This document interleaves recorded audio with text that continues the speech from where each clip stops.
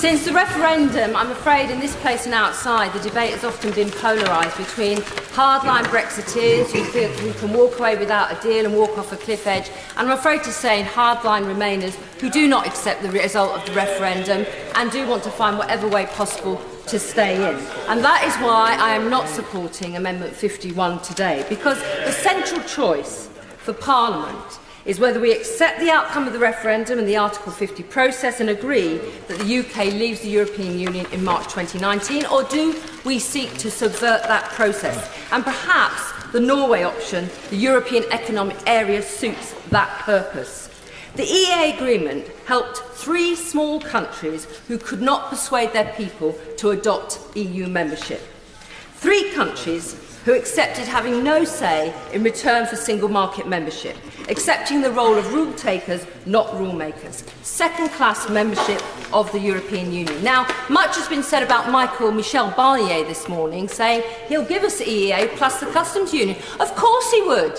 He'd bite the hand off the Prime Minister for this deal, because it's, apart from leaving without any deal, it is the worst deal for the United Kingdom. I believe the Honourable Lady says shame, and actually I'm afraid to say it's that sort of contribution to this debate which is so unhelpful and divisive. I believe that we do have to reach consensus on the way ahead. I do believe we have to be as close to the single market as possible. I do believe there should be a customs arrangement.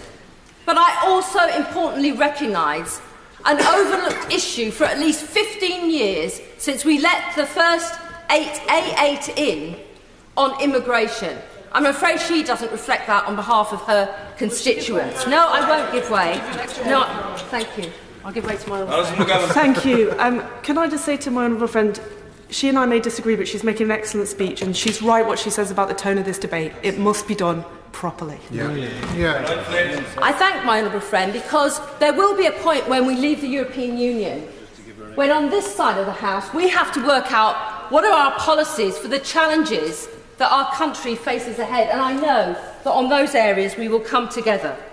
There is no precedent for a country the size of the UK leaving the European Union. It is new ground. It demands a new relationship, and that is not a replication of Norway.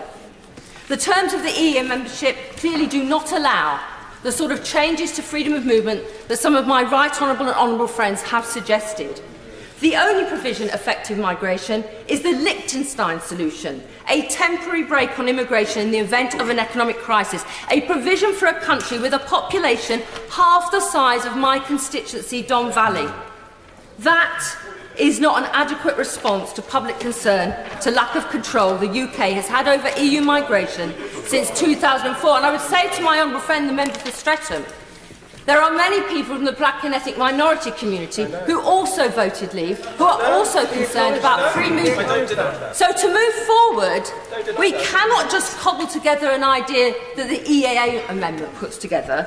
There has to be an end to freedom of movement, just in the way my honourable friends on the front bench have suggested, and then we, out of that, decide what sort of migration we want in the future. And my constituents, who have been insulted, those Leave constituents, day in and day out, by some of the comments in this place and outside, are not against all migration. But they do want to have a sense that we can turn the tap on and off when we choose, but also they want us to answer the question, why hasn't Britain got the workforce it needs? Why is social mobility stopped? Why do we train fewer doctors? Why do we train fewer doctors than Holland or Ireland? And why are these jobs dominated by those in the middle and upper classes so my constituents don't get a look in? So, Mr. Speaker, I will be voting for the Labour amendment because it seeks to delete the EA option. It's not perfect. And if that is lost, I will vote against Amendment 51. And I urge this House to reject that amendment and begin to face up to the policy challenges of life after Brexit. Thank you. Anna Soubry. Thank you very much, Mr. Speaker. I'm sorry, Mr. Speaker. I know it's courtesy, but it is not a pleasure to follow the Speaker, the Honourable Lady, Right Honourable Lady for Don Valley, somebody who I have admired for many years, but have found that to be one of the saddest speeches that I've ever heard. I will be voting. Right, well, I'll tell you why. Stop the clock. Can I please appeal to colleagues? I understand there are raging passions on these issues, but please let's try to treat each other with respect. Members are honourable and right honourable members who happen to hold opinions which differ.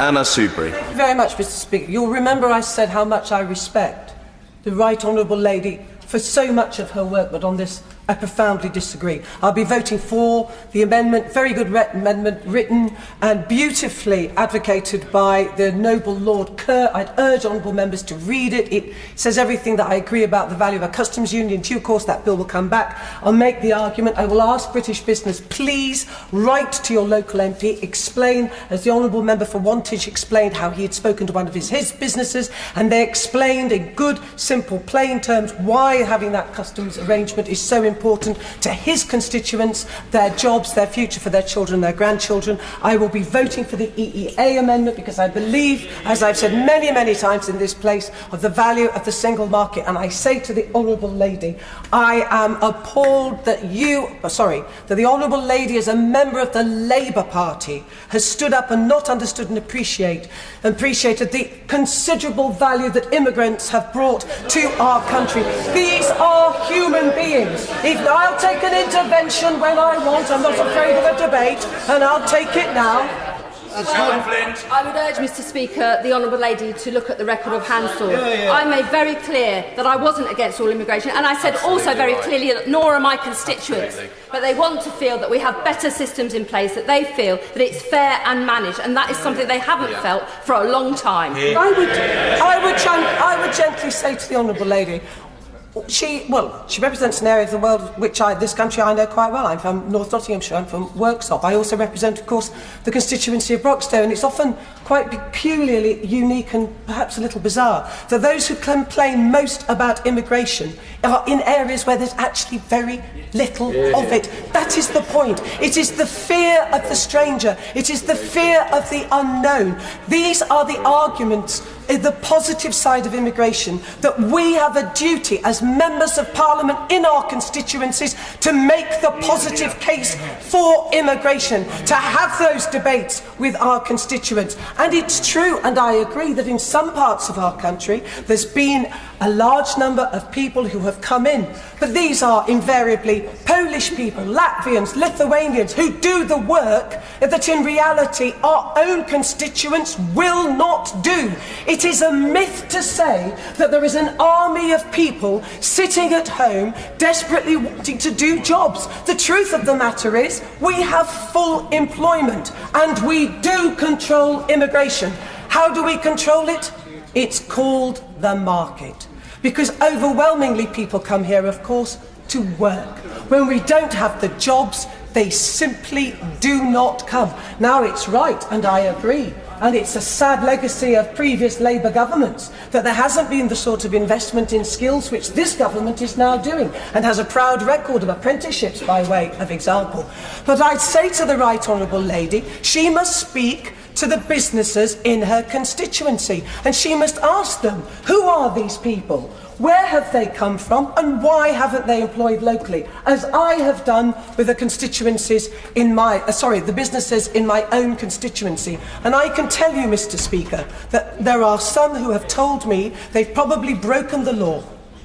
They've gone out deliberately, absolutely clearly, to recruit local people into jobs.